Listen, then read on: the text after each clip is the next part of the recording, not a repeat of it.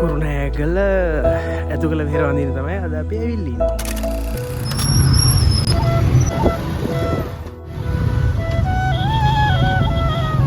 අපි මේ අද යන්නේ ඇතුගල වෙහෙර බලන්න. අපි ඇතුගල වෙහෙර උඩට ගිහිල්ලා ඊතුරු විස්තර ටික කතා කරමු. අපි බලමු මේකේ කොයි වගේ දේවල් තියෙනවද කියලා. මම මේ යන්නේ ෆස්ට් ටයිම්.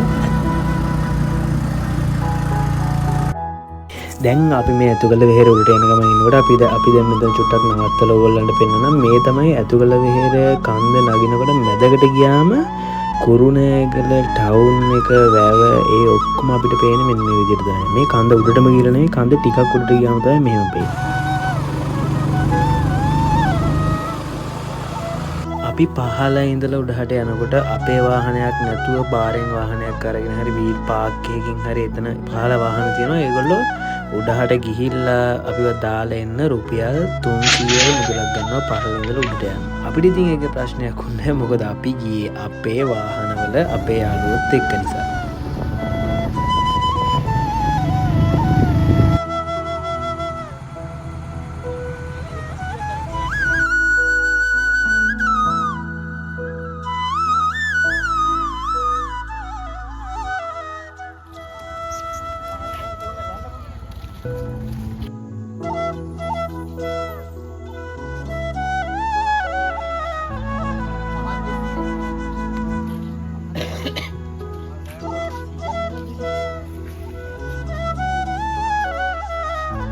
අපි අක්කගේ මල්ටිහෙකුත් අරගෙන දැන් මේ යන්නේ කුරුණෑගල ඇතුගල පිළිමේ බලන්න. ඒ යනකොට තියෙන view එක මාර ලස්සනයි. උඩට ගියාම පේන්නේ වෙන මුකුත් නෙවෙයි කුරුණෑගල තියෙන සුන්දරත්වය.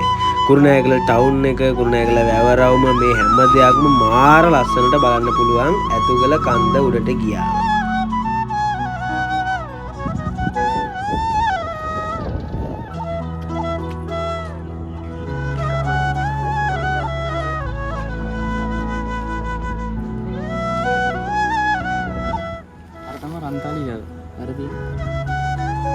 රන්තාලිය අර ඈතින් පෙනුනේ ඕගොල්ලන්ට රන්තාලිය වැව. ඒ රන්තාලිය වැව කුඹුරු වෙල්යායවල් මේ හැම දෙයක්ම එක්ක මේ ගොඩනැගිලි වලින් පිරීලා තියෙන්නේ කුරුණෑගල ටවුන් එක.